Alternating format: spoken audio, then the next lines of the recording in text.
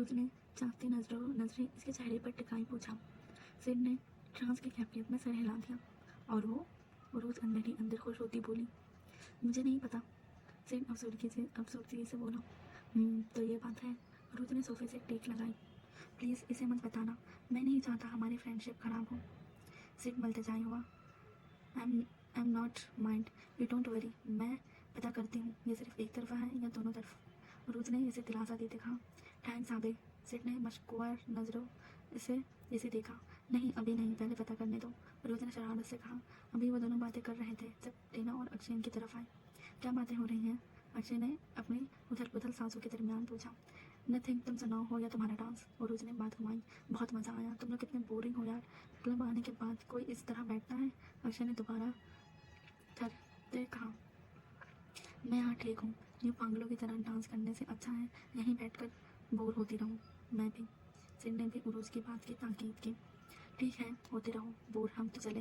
अक्षय ने दोबारा टीना का हाथ पकड़े और जैसे आया था वैसे ही वापस चला गया। रोज ने मुस्कुराते हुए नजरों का जाविया बदले जब दोबारा इसकी नज़र लैला पर गई, जो डांस करने के साथ साथ शराब का ग्लास भी लबों से लगा रही थी। रोज के माथे पर बल पड़ गए। सिड की आंखें भी उरूज की नज़रों का ताक्कुब करते लैला तक पहुँच गई। सिड ने गला झंगार कर इसका ध्यान अपनी तरफ किया। अगर तुम्हें वाकई राहुल पसंद है तो बता दो, लैला को मैं हैंडल कर लूँगा। अब तुम्हारे लिए इतना तो कर ही सकता हूँ। सिड की जुबान में दोबारा खुजली हुई। शट अप, खाना ऐसी कोई बात नहीं है, रोज ने नागवारी से कहा। तो फिर लैला को ना पसंद करने की वजह? सिड को उरूज की बातें हजम नहीं हो रही थी। Let's talk.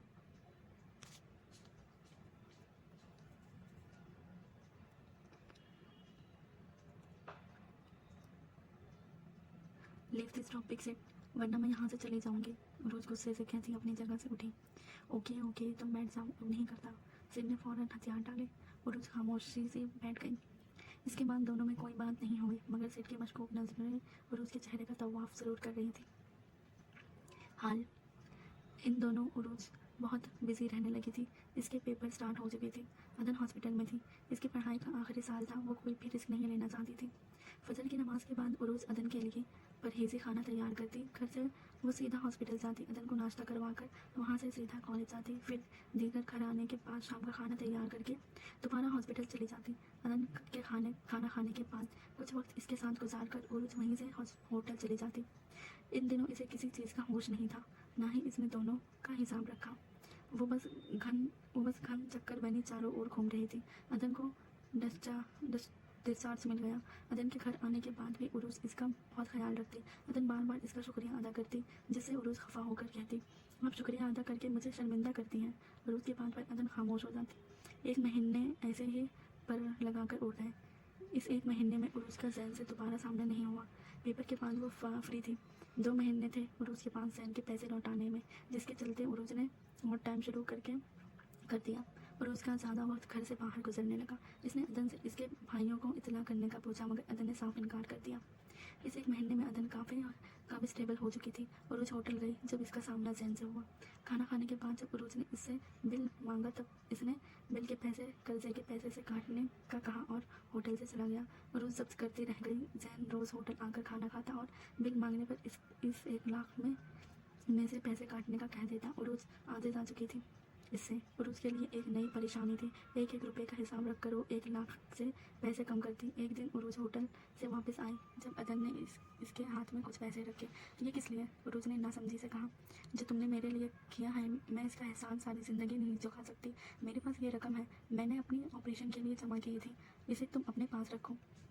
अदन ने मशकुआर नज़रों से इसे देखा। मुझे इसकी ज़रूरत नहीं है। उरूज ने पैसे वापस करने चाहे। इसे रख लो प्लीज़। अदन के लाख इसरार करने पर उरूज ने वो पैसे रख लिए। पैसे 2 लाख के करीब थे। जैन को पैसे लौटाने में अभी 2 महीने बाकी हैं, लेकिन अगर मैं इससे पहले ही लौटा दूँ तो टाइम से ही ये बला सर से उतरेगी। उरूज अपने कमरे में बैठे इरादा करते पैसों का हिसाब लगाने लगी। जैन के बिल निकाल कर बाकी की रकम एक तरफ की। ये लो तुम्हारा कर्जा। काफ़ी दिनों के बाद जैन उरूज को फ्लैट में नजर आया। जब इसने मौके देखते ही पैसे जैन की तरफ बढ़ाए, कहा, अभी 2 महीने बाकी हैं। जैन जेबों में हाथ डालता इत्मीनान से बोला, लेकिन मैं टाइम से पहले ही दे रही हूँ। कर्जा टाइम से पहले लौटा दिया, बाद में क्या फ़र्क पड़ता है? रोज ने लापरवाही से कहा। लेकिन मैं 2 महीनों के बाद ही वापस लूँगा। जैन ने दीवार से टेक लगाए कहा। What do you mean? अपने पैसे लो और पीछा छोड़ो मेरा। जैन के बात पर उरोज अपने आपे से बाहर होती बोली। पैसे लेते वक्त तो प्लीज़ प्लीज़ कर रही थी, अब ज़रा तेवर तो देखो। जैन दीवार से हटकर इसके तरफ बढ़ा। देखो, दूर होकर बात करो और अपने पैसे लो, मुझे तुमसे कोई बहस नहीं करनी।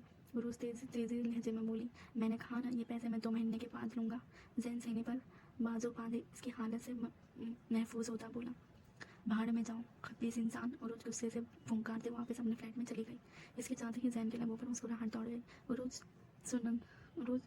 सोना रख के पास मज़ीद चंद महीनों की मोहलत लेने आई थी। मैंने आपको 1 महीने पहले ही जेवर बेचा था। उरोज ने सुनार को मुखातिब करते कहा। सुनार ने ऐनक के शीशों के पीछे से इसे देखा। यहाँ पर तो हर रोज़ कोई ना कोई आता है जेवर बेचने। आप किस जेवर की बात कर रही हैं? सुनार के मुंह में आज भी पेन था। मैंने आपसे कहा था मैं कुछ वक्त में आपसे जेवर वापस ले लूँगी। एक डायमंड नेकलेस था। उरोज ने इसे याद दिलाते कहा। हाँ, याद आया, जिसके पास रसीद नहीं थी, शायद चोरी का था। सुनार ने खबीसत हंसी हंसते कहा। वो जेवर चोरी का नहीं था। रोज ने लफ्ज़ों पर जोर दिया। खैर, जो भी हो, वो जेवर तो अब आपको नहीं मिल सकता। पान की वजह से इसके अल्फाज टूट रहे थे। क्यों नहीं मिल सकता? रोज की आवाज़ में कपकपाहट थी।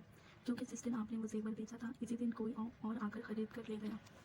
सुनार की बात सुनकर रोज के पैरों तले ज़मीन निकल गई। आप ऐसे कैसे वो जेवर बेच सकते हैं? आपने मुझे टाइम दिया था। वो सत्य के आलम में बोली। देखिए मैडम, मैंने कोई एग्रीमेंट नहीं किया था कि मैं वो हार आपके सिवाय किसी को बेच नहीं सकता। इन्होंने मुझे मुंह मांगी कीमत दी और मैंने वो बेच दिया। लालची इंसान। उरोज गुस्से से कहती दुकान से निकल गई। दुकान के बाहर बनी सीढ़ियों पर सर दोनों हाथों में गिराए वो इस वक्त शदीद बेबसी के आलम में बैठी थी। आंखें पानियों से लबालब भरी, दोनों होठों को सख्ती से भींचे वो इस वक्त खुद को अपनी बेबसी पर चलाने से रोके हुए थी। कदम कदम पर इसके आंसू ज़मीन में जज्ब हो रहे थे। इसकी माँ की निशानी इससे छीन गई थी। वो इस वक्त चलना चाहती थी, ज़ोर ज़ोर से अपनी बेबसी पर रोना चाहती थी। चलते चलते इसने रुककर आसमान की तरफ निगाह उठाई कि या अल्लाह, इसके लब हिले थे। इसने अपने रब को पुकारा था। आंसुओं से चेहरे पर एकदम एक खूबसूरत मुस्कुराहट आई थी। आंखों में झलकते नमी मोतियों की माने चमकी थी। इसे ऐसे लगा जैसे इसका रब इसे सब्र की तकलीन कर रहा हो। इसने मुस्कुराते सर झुकाता और एक टैक्सी रोककर घर की तरफ चल दी। माजी। अगले दिन उरोज मामूल की तरह उठी। नाश्ते के बाद रज़ा मीर ऑफिस जा चुकी थी। सादिया भी अपने कमरे में थी। उरोज भी नाश्ता करके लॉन्च में आ गई। इसने यूं ही टहलते LID ऑन की और सोफे पर बैठ गई। बेध्यानी में चैनल बदलते बदलते इसका हाथ एक जगह रुक गया। इसी लम्हे रिमोट इसके हाथ से छूटकर ज़मीन पर गिर गया। LID पर चलती खबर ने इसके पैरों तले ज़मीन खिसका दी। कल रात चंद हिंदू लड़कों ने मुसलमानों की बस्ती में आग लगा दी, जिसमें बड़े जवानों समेत छोटे बच्चे भी इस आग की लपट में आकर शहीद हो गए थे। पुलिस ने आग लगाने वालों को मौके पर गिरफ्तार कर लिया, मगर एक घंटे के अंदर इनकी भी बेल पर रिहाई हो गई और इनकी बेल करवाने वाला कोई और नहीं, राहुल के डैड मिस्टर अग्रवाल थे। और उस सख्ती के आलम में बैठी LED देख रही थी। आंसू उबल कर इसकी आंख से बहने लगे। इसका इन बस्ती वालों से खून का कोई रिश्ता नहीं था। अगर कोई था तो वो इस्लाम का था, दीन का था। सालों से मुसलमानों पर तरह तरह के जुल्म होते आए थे, जो आज तक नहीं रुके। इसने करब से LED बंद कर दी। ठंडे ठार लॉन्च में बैठे भी इसका जो एकदम आग की तरह जलने लगा। इस वक्त इसे महसूस हुआ जैसे वो भी इसी आग में जल रही हो। आज पहली बार इसे इस मुल्क से नफरत महसूस हुई थी और उस पहले ही लैला की वजह से टेंशन में थी। ऊपर से इस वाक़ये ने इस पर गहरा असर डाला। वो चुपचाप से रहने लगी थी। राहुल, टीना, अक्षय सेठ सब इससे नजरें चुराते फिर रहे थे। राहुल इन सब में खुद को कसूरवार समझता, क्योंकि वो अग्रवाल का बेटा था। राहुल लॉन से गुजर रहा था जब मिस्टर अग्रवाल की आवाज़ पर रुका। जल्दी बोले डैड, मेरे पास वक्त नहीं है। राहुल ने ठंडे ठार लहजे में कहा। आज रात घर में पार्टी है, तुम अपने दोस्तों को भी इनवाइट कर लेना। मिस्टर अग्रवाल की आवाज़ पर में खुशी थी। किस खुशी में डैड? इन बेकसूर मुसलमानों की मौत की खुशी में या इन घटिया लोगों को सज़ा से बचाने की खुशी में? राहुल ने इंतहाई सख्त महरी से कहा। ये कैसे बात कर रहे हो? संस्कार भूल गए? मिस्टर अग्रवाल हत्ते से उखड़े। संस्कार? वो इस्तेयाज़ा हंसा। जितना मैं डैड, मैं बहुत फ़क्र से सबको कहता था मैं अग्रवाल का बेटा हूँ, मगर अब मुझे खुद को आपका बेटा कहते हुए भी शर्म आती है। आपने मुझे मेरी नज़रों में ही गिरा दिया। मैं जब भी बाहर जाता हूँ मुझे ऐसा लगता है जैसे इन बेकसूर लोगों की रूहें मुझसे इंसाफ मांग रही हैं, क्योंकि मैं आपका बेटा हूँ डैड, आपका बेटा। आपने मुझे आबे से नज़रें मिलाने के काबिल भी नहीं छोड़ा। I hate you dad. वो शुरू में गुस्से से कहता आखिर में रोहान सा हो गया। तो अभी बच्चे हो, ज़िंदगी के बारे में कुछ नहीं जानते, मिस्टर अग्रवाल ने अब की बार नरमी से कहा। 22 साल का हूँ, बच्चा नहीं हूँ मैं, और क्या नहीं जानता मैं। जब से मैं पैदा हुआ हूँ मैंने होश संभाला है। आज तक डैड, आज तक मैंने कभी नहीं सुना, कभी नहीं देखा कि किसी मुसलमान किसी धर्म का मजाक बनाया हूँ। सिर्फ अपने दिन में आने की दावत देते हैं, जान से नहीं मारते हम लोगों को। मैंने शुरू से देखता आ रहा हूँ, हम लोग मुसलमानों पर जुल्म करते आ रहे हैं, हम लोग डैड। इसने शहादत की उंगली अपने जोड़े सीने पर दे रखी। राहुल अपनी बात के करके घर से निकल गया। पीछे मिस्टर अग्रवाल ने नस्वत से सर झटका। वो इन लोगों में से थे जिनके नसीब में हिदायत नहीं थी। सादिया भी और रज़ा मेड लॉन्च में बैठे थे जब उरूज वहाँ आई। इसकी सोची आंखें इसके रोने का गुमान कर रही थी। बाबा मामा के जाने के बाद आप वापस पाकिस्तान क्यों नहीं गए? लॉन्च में आते ही इसने सपाट से चेहरे के साथ सवाल किया। रज़ा मीर के साथ सादिया भी इसके सवाल पर हैरान हुई थी। परी बेटा यहाँ आओ, रज़ा मीर ने प्यार से इसे अपने पास बुलाया। बाबा मामा के जाने के बाद आप वापस पाकिस्तान क्यों नहीं गए? इस बार इसने कदरे झुंझुलाते पूछा। रज़ा मीर और सादिया भी बेख्तियार अपनी जगह से खड़े हुए। उरूज बेटा क्या हुआ है? सादिया बी ने इसके चेहरे पर नजरें दौड़ाए परेशानी से पूछा। ये क्यों नहीं गए वापस? इन्हें जाना चाहिए था। ये हमारा मुल्क नहीं है, ये लोग हमारे नहीं हैं, ये सब जालिम है, ये सब जालिम है। वो जज्बाती अंदाज में बोली। रज़ा मीर और सादिया बी को कुछ इसकी हालत की वजह समझ आई। इधर आओ मेरे पास। रज़ा मीर ने प्यार से इसका बाजू थाम कर अपने पास सोफे पर बैठाया। बाबा कोई ऐसे कैसे कर सकता है? बाबा आपको वापस जाना चाहिए था। जानते हैं बाबा, मैं खुद को इन लोगों के कत्लों में शुमार करती हूँ, क्योंकि मैं इस मुल्क में रहती हूँ। बाबा मेरा सारा जिस्म आग में चलता है, ये हमारा मुल्क नहीं है। सादिया बी और रज़ा मीर की आंखें नम हुई। कब देखी थी इन्होंने इसकी ऐसी हालत? तुम इस मुल्क की बात करती हो, पर ये दुनिया हमारी है। रज़ा मीर ने अपने जज्बात पर काबू पाते प्यार से कहा। पर यह मुल्क हमारा नहीं। वो रोती हुई इनकी गोद में सर टिकाई गई। अगर तुम्हें लगता है हमारे पाकिस्तान जाने से ये सब रुक जाएगा तो ठीक है, हम कल ही वापस पाकिस्तान जाएंगे। रज़ा मीर ने संजीदगी से कहा। रोज़ लाजवाब हो गई। कहाँ रुकना था ये सब? अब बस वो तीन थे और इनकी खामोशी में बहने वाले आंसू। उरूज कब रोते रोते इनकी गोद में ही सो गई, पता ही नहीं चला। रज़ा मीर ने अब भी इसे नहीं उठाया। वो बस गर्व से इसका चेहरा देख रहे थे। आज ज़िंदगी में पहली बार इन्हें अपने इंडिया में रहने वाला फैसला गलत लगा। इस हादसे के बाद इंडिया और पाकिस्तान में दुगने दंगे शुरू हो गए। इंडिया पाकिस्तान में मीडिया एक दूसरे पर बरस रही थी। इंडिया में जगह जगह मुसलमानों ने धरने दिए थे। वो अपने हक मांग रहे थे। सालों से वो इस मुल्क में रह रहे थे। सालों से इन पर, इनकी ज़मीन पर ही जुल्म किए जा रहे थे। इंडिया से पाकिस्तान और पाकिस्तान से इंडिया जाने वाली सारी एयरलाइंस का बंद कर दी गई थी। ना जाने कब तक। रज़ा मीर ने चारों को ज़्यादा से ज़्यादा उरूज के साथ रहने का कहा। खुद भी वो ज़्यादातर वक्त उरूज के साथ गुजारने लगे। पूरे दिन चारों हंसी मजाक करके इसे हंसाने की कोशिश करते। वो कभी इनकी बात पर मुस्कुरा देती, कभी खाली आंखों से इन्हें देखने लगती। इसकी खामोशी सबको खल रही थी, मगर फिर भी किसी ने हिम्मत नहीं हारी। सब पूरा दिन इसके सर पर सवार रहते। चारों मिलकर किचन में काबुली पुलाव बनाते और इसे ट्राई करने को कहते। वो खाकर नफी में सर हिलाते थे। सब जानबूझकर इसे एक्सपीरियंस देते कि वो हंस पड़ती। इसके हंसने की देर होती कि चारों के सीनों में ठंडक पड़ जाती। धीरे धीरे वो नॉर्मल होने लगी थी और दोनों मुल्कों की हालत भी। कल इनका रिजल्ट था। रोज शॉपिंग के घर से मॉल आई थी। रज़ा मीर ने ड्राइवर को साथ ले जाने का कहा, मगर इसने इनकार कर दिया। कुछ ज़रूरी सामान लेने के बाद वो वापस घर की तरफ जा रही थी जब कार अचानक बंद पड़ गई। कई बार चाबी घुमाने के बाद भी कार स्टार्ट नहीं हुई। अब वो परेशान सी कार का बोनेट खोलकर खड़ी थी। इसे कार के बंद होने की वजह समझ नहीं आ रही थी। परेशानी से इसने आसपास नजरें दौड़ाई। गाड़ियाँ मेन रोड दाव थी। जज शुक्र करके इसकी कार एक साइड पर खड़ी थी। प्रेस पर से मोबाइल निकालकर उरूज ने सिड का नंबर मिलाया। नंबर नहीं लगा। इसने दोबारा ट्राई किया। इस बार मिल गई, मगर फ़ोन किसी ने नहीं उठाया। इसने टीना का नंबर मिलाया। हेलो। टीना की सरगोशी नुमा आवाज़ आई। टीना कहाँ हो तुम? उरूज ने इसके अंदाज पर हैरत से पूछा। मम्मी के साथ चर्च आई हूँ। टीना ने मुंह के आगे हाथ रख के सरगोशी की। ओके, बाद में कॉल करती हूँ। उरूज ने इसकी सिचुएशन समझते फ़ोन रख दिया। इसने अक्षय का नंबर ट्राई किया। हेलो, अक्षय ने पहले ही बेल पर कॉल रिसीव कर ली। अक्षय, क्या तुम मुझे लेने आ सकते हो? मेरी कार अचानक ख़राब हो गई है, पता नहीं क्या प्रॉब्लम है, समझ नहीं आ रही। रोज ने परेशानी से कहा। यार एक कार टूटी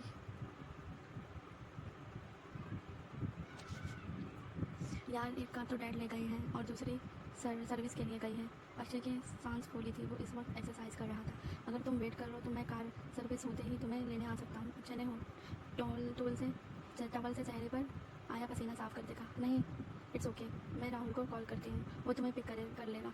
इसके इनकार पर अक्षय ने कहा, नहीं तुम रहने दो, मैं खुद ही कॉल कर लेती हूँ। रोज ने इनकार करते कहा, ओके, घर पहुँच कर टेक्स्ट करना। अक्षय की बात पर इसने ओके कह के फ़ोन काट दिया। रोज ने राहुल का नंबर मिलाया, जिसे इसने फ़ौरन रिसीव किया।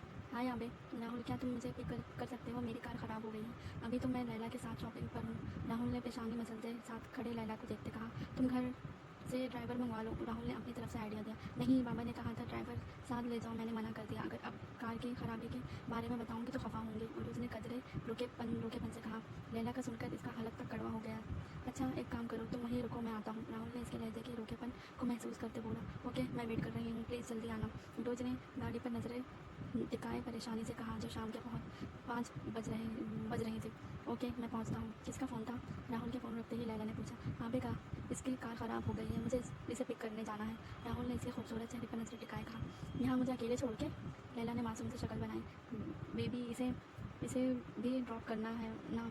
राहुल ने इसकी मासूम सी शक्ल देख प्यार से कहा। बिल्कुल नहीं, तुम कहीं नहीं जाओगे, यही मेरे पास रहोगे, अभी हमने डिनर भी साथ करना है। लैला ने इसका बाजू पकड़कर झंझोड़ा। मैं वहाँ सारी रात थोड़ी रहूँगा, आबे को ड्रॉप करके वापस तुम्हारे पास आ जाऊँगा। राहुल ने प्यार से इसे समझाया। ओके, पर पहले शॉपिंग कंप्लीट करते हैं, फिर दोनों एक साथ जाएंगे। लैला ज़बरदस्ती इसका बाजू पकड़कर इसे दुकान में ले गई। वेट लैला, आबे वेट कर रही है। राहुल ने अपना बाजू छुड़वाते कहा। कोई बात नहीं, थोड़ा वेट कर लेगी। लैला ने दोबारा इसका बाजू पकड़ा और इसे एक ड्रेस दिखाने लगी, साथ ही साथ इसे अपनी खूबसूरती की अदाओं से लुभाने लगी। थोड़ी देर इस शॉपिंग में राहुल बिल्कुल ही फरामोश कर चुका था कि इसने किसी को वेट करने कहा था। रोज कार से टेक लगाए खड़ी राहुल का वेट कर रही थी। फिक्रमंदी से इसने घड़ी देखी, जो शाम के 6 बजा रही थी। इसने राहुल का नंबर मिलाया, जो ऑफ जा रहा था। लैला ने मौके मिलते ही राहुल का फ़ोन ऑफ करके अपने पर्स में रख लिया था। रोज कार में बैठी मुसलसल नंबर मिलाकर नंबर हर बार ऑफ जाता। परेशानी से बैठे बैठे इसके दिमाग में राहुल के अल्फाज गूंजे। मैं तो लैला के साथ हूँ, शॉपिंग पर आया हूँ। तो क्या राहुल भूल गया इसने मुझे पिक करना था? वो बेयकीनी से बैठी थी। चंद ही लम्हों में इसकी बेयकीनी गुस्से में बदल गई और इसने अपना मोबाइल ही ऑफ कर दिया। वो बेयकीनी से बैठी ना जाने किन किन सोचों में चा खड़ी थी। इसने रजा मीर को अपने लेट घर आने का मैसेज करके मोबाइल ऑफ कर दिया। जिद, अना, नफरत, हैरत, दुख के मिले जुले तासुर इसके पूरे वजूद में रक्स कर रहे थे। इस वक्त इसे लगा था लैला से ज़्यादा राहुल पर इसका हक है। इस बात में वो कितनी गलत थी या कितनी सही, ये बात जाने बगैर इसने कार लॉक कर ली। मगरिब से ईशा का सफ़र तय हो गया, मगर इसने किसी को कॉल नहीं की। जब जिद और अना आड़े आ जाए तब इंसान को किसी चीज़ का होश नहीं रहता। वो भी रात के अंधेरे से अनजान अपना मोबाइल बंद करके कार की सीट से टेक लगाए राहुल का इंतज़ार कर रही थी, बिना ये जाने कि वो आएगा भी या नहीं। लैला के साथ डिनर करने और इसे घर ड्रॉप करने में ही रात के 1 बज गए। लैला को ड्रॉप करके इसका घर की तरफ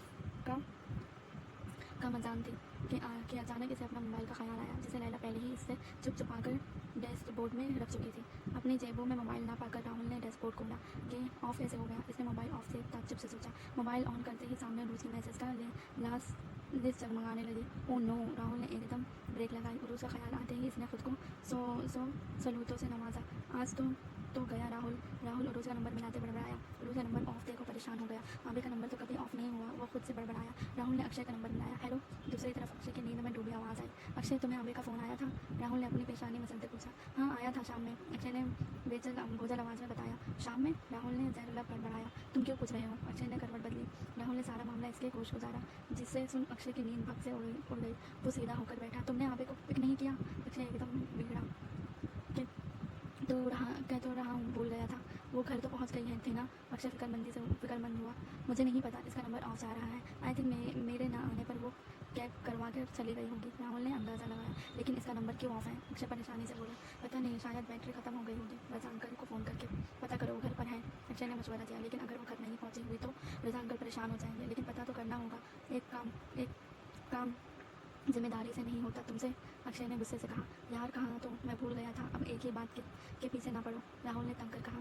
मैं रज़ा अंकल को फ़ोन करता हूँ तो बातों बातों में पता करवा लूँगा आबे घर पर है या नहीं। अक्षय ने कहकर फ़ोन बंद कर दिया। राहुल परेशान सा कार में बैठा अक्षय के फ़ोन का इंतज़ार कर रहा था। 10 मिनट बाद अक्षय का फ़ोन आया। राहुल ने झट फ़ोन रिसीव किया। वो घर नहीं पहुँची। इससे पहले मैंने इससे पूछा था। उन्होंने ही मुझसे पूछ लिया कि परी कब तक आएगी। मैंने इन्हें झूठ बोल दिया कि बस थोड़ी देर में घर आ जाएगी। अक्षय परेशानी से बोला। राहुल इसके पहले जुमले में ही अटक गया। अगर घर नहीं पहुँची तो कहाँ गई? राहुल की जान पे बन आई। अक्षय का भी कुछ यही हाल था। ढूंढो इसे, किसी जगह आने का कहा था इसने तुम्हें। अक्षय से स्लीपर पहनता बाहर निकला। आई डोंट नो, मैंने जगह का नहीं पूछा। राहुल का दिमाग ऑफ हो रहा था। तुमने इससे जगह का नहीं पूछा? Rahul, are you mad? इसे अक्षय गुस्से से चिल्लाया। वेट, वो मिल गई थी। वो मिल गई थी और रास्ते में इसकी कार ख़राब हुई। मैं रोड पर, शायद अक्षय ने याद आने पर कहा। लेकिन कौन से मॉल गई होगी? यहाँ एक मॉल थोड़ी है। राहुल कार स्टार्ट कर चुका था। एक काम करो, जिस मॉल हम सब अक्सर जाते हैं तुम इसी मॉल के रास्ते देखो और मैं दूसरे मॉल के रास्ते में देखता हूँ। अक्षय ने कार कीज उठाते कहा। राहुल ने मोबाइल रखा और कार का रुख मेन रोड की तरफ मोड़ गया। राहुल आहिस्ता स्पीड में कार चलाता आसपास नजरें दौड़ाए जा रहा था जब एक जगह से उरूज की कार खड़ी नजर आई। अंदर से कार की लाइट ऑफ थी जिससे राहुल को अंदाज़ा नहीं हुआ कि आया उरूज कार के अंदर में या नहीं। इसने यू टर्न लेकर कार उरूज की कार के पीछे लगा दी। राहुल तकरीबन दौड़ते हुए उरूज की कार तक पहुंचा। इसने मोबाइल की लाइट ऑन करके ड्राइविंग सीट पर मारी। उरूज को वहां देख इसने सुकून का सांस लिया था। राहुल ने शीशे पर नॉक किया लेकिन उरूज इसे पहले ही देख चुकी थी। राहुल के नॉक करते ही वो खामोशी से बाहर निकल आई। तुम पागल हो, यहाँ क्या कर रही हो? अगर तुम्हें कुछ हो जाता तो? और मोबाइल क्यों ऑफ है तुम्हारा? घर क्यों नहीं गई अभी तक? राहुल इसके नीचे उतरते ही गुस्से से नॉन स्टॉप इस पर बरसा था और उस खाली नज़रों से इसे देखने लगी। बोलो, क्यों नहीं रही कुछ? इसी खाली नजरें देख एक पल राहुल घबराया। तुमने कहा था वहीं रुको, मैं आता हूँ। इसे अपनी आवाज़ किसी कुएं से आती सुनाई थी।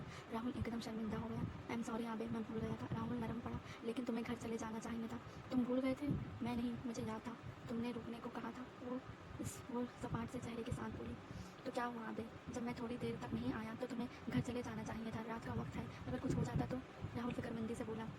उरूज खामोश रही। बोलती क्यों नहीं? क्या हुआ है तुम्हें? राहुल इसे खामोशी से उकता कर बोला।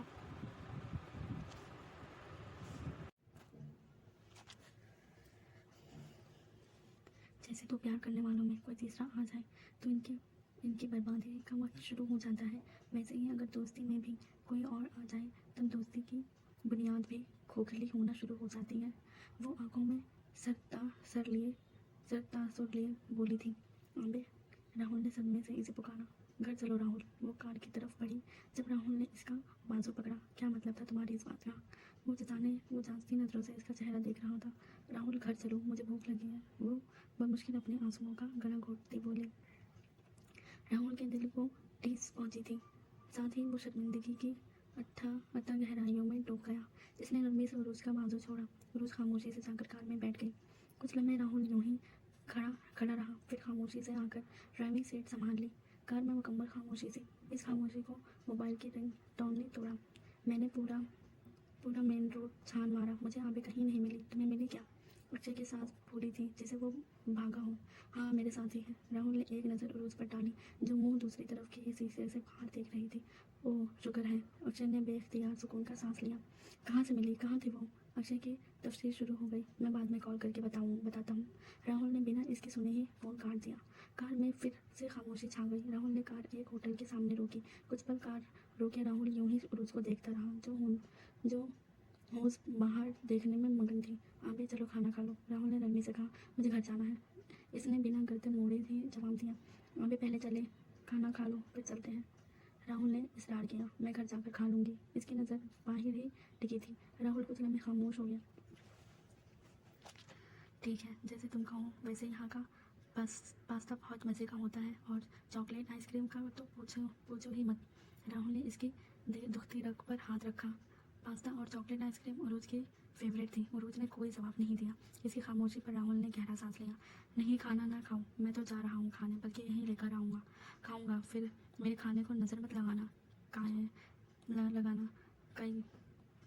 राहुल की बात अभी अधूरी थी जब उरूज ने डैशबोर्ड पर स्टेडियो बॉक्स उठाकर इसे मारा। राहुल इस हमले के लिए पहले ही तैयार था। इसने 12 वक्त बॉक्स खींच के साथ ही इसका कहना बुलंद हुआ। उरुस राहुल पर फट पड़ी। कमीने इंसान, मैंने तुम्हारा कितना वेट किया, तुम्हारा दिमाग कहाँ गुम था जो तुम मुझे भूल गए। दफ़ा हो जाओ, कुछ खा लो जाकर पास्ता। वो बोलते साथ इस पर मक्खू की बरसात भी कर रही थी। राहुल कहका लगाकर हंस रहा था। हंसो मत, तुम्हारा सर फाड़ दूंगी, उरुस जोर से चिल्लाई। राहुल बिना कोई असर लिए हंस रहा था। राहुल के हंसने पर उरुस का गुस्सा आंखों के जरिए निकलने लगा। उरुस को रोता देख राहुल बौखला गया। अबे आई एम सॉरी। राहुल ने टिश्यू बॉक्स इसके तरफ बढ़ाया। उरुस ने खूंखार नजरें इस पर डालते एक टिश्यू निकाल लिया। जान से मार दोगी मैं तुम्हें, वो सू करती धमकी देती बोली।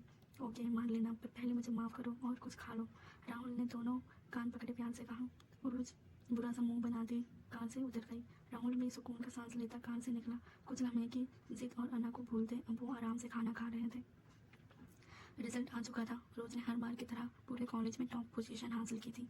पूरे कॉलेज से मुबारकबाद वसूल करते वो खुशी से चहक रही थी। मुबारक हो आबे। टीना मुबारकबाद देती इसके गले लगी। बहुत बहुत मुबारक हो आबे। अक्षय बेंच पर चढ़कर जोर से चिल्लाया। ट्रीट तो बनती है, राहुल ने मुबारकबाद देते कहा। किस खुशी में? रोज ने मसनूई आंखें दिखाई। पूरे कॉलेज में फर्स्ट पोजीशन हासिल की है, ट्रीट भी नहीं दे सकती? फर्स्ट पोजीशन मैंने हासिल की है तो ट्रीट तुम लोगों की तरफ से बनती है। तुम्हारे दोस्त ने तुम्हारा सर फखर से बुलंद किया और तुम बजाय इसे ट्रीट देने के इसी से मांग रहे हो। रोज ने गर्दन अकड़ कर कहा। ये कहाँ का रूल है, जो जीता वही ट्रीट देता है, हम क्यों दे? टीना ने कमर पर हाथ रखे टिकी नज़रों से इसे घूरते कहा। अच्छा, यहाँ कौन सी हार और जीत चल रही है? उरुस भी इसी के अंदाज में बोली। तौबा है आबे, इतना अमीर बाप की बेटी हो और एक ज़रा से ट्रीट नहीं दे सकती? सिर ने कानों को हाथ लगाया। हेलो, ज़्यादा ओवर एक्टिंग करने की ज़रूरत नहीं है। पैसा मेरे बाप का है, मेरा नहीं। उरुस खालिस जनानुई वाले अंदाज में बोली। तो तुम्हारे बाबा का पैसा भी तुम्हारा ही हुआ ना? वो कौन सा इन्होंने चैरिटी करना है? अक्षय ने हैरत से कहा। हाँ, पर जब मैं अपना कमाने लगूंगी तब दूंगी ट्रीट, अभी मैंने कोई ट्रीट नहीं देनी। और उसने हाथ छुड़ाते साफ इनकार किया। और तुम कब कमाना शुरू करोगी? जब मैं डॉक्टर बन जाऊंगी। लो, फिर बन गई तुम डॉक्टर, कमा लिया तुमने पैसा और मिल गई हमें ट्रीट। राहुल ने बेचारगी से कहा। क्यों, मैं डॉक्टर क्यों नहीं बन सकती? और उसने एक आई ब्रो उठाए इस्तफारश किया। खून देखकर तुम्हारी हालत ख़राब हो जाती है और तुम लोगों के ऑपरेशन करोगी, इनके खून से खेलोगी। राहुल ने इसका मजाक उड़ाया। हाँ, अभी हूँ थोड़ी कमज़ोर, बाद में ठीक हो जाऊंगी। अभी बस आखिरी साल है और इसके बाद नेट का एग्ज़ाम देकर सीधा मेडिकल कॉलेज। और उस ख्वाब के आलम में बोली। ऊपर वाली ही हाफिज़ है। फ्रेजर के मरीजों का, राहुल ने अफसोस से कहा। उरुज ने खूंखार नज़रों से इसे घूरा। अच्छा, आप ख़त्म करो बहस और ट्रीट दो। टीना ने दोनों के दरमियान बाजू हामिल किए ऊंची आवाज़ में कहा। ठीक है, बताओ क्या चाहिए? गर्मियों के कपड़े दिला दो। टीना ने मिस्कीन सी शक्ल बनाई। तुम्हारे माँ बाप ने क्या तुम्हारे गर्मियों के कपड़े पर बैन लगाया है? उरुज इसकी फरमाइश पर हैरान होती बोली। So this is the end of episode number 4। ये आखिरी एपिसोड है। इसके बाद राइटर ने एपिसोड्स नहीं डाले हैं, मुझे भी नहीं मिले हैं आगे के एपिसोड्स, तो पता नहीं कब वो डालेंगे, लेकिन वो जब भी डालेंगे इंशाल्लाह मैं आगे के एपिसोड ज़रूर लाऊंगी। तब तक के लिए स्टे ट्यून, ख्याल रखें, दुआ में याद रखें। अस्सलाम वालेकुम।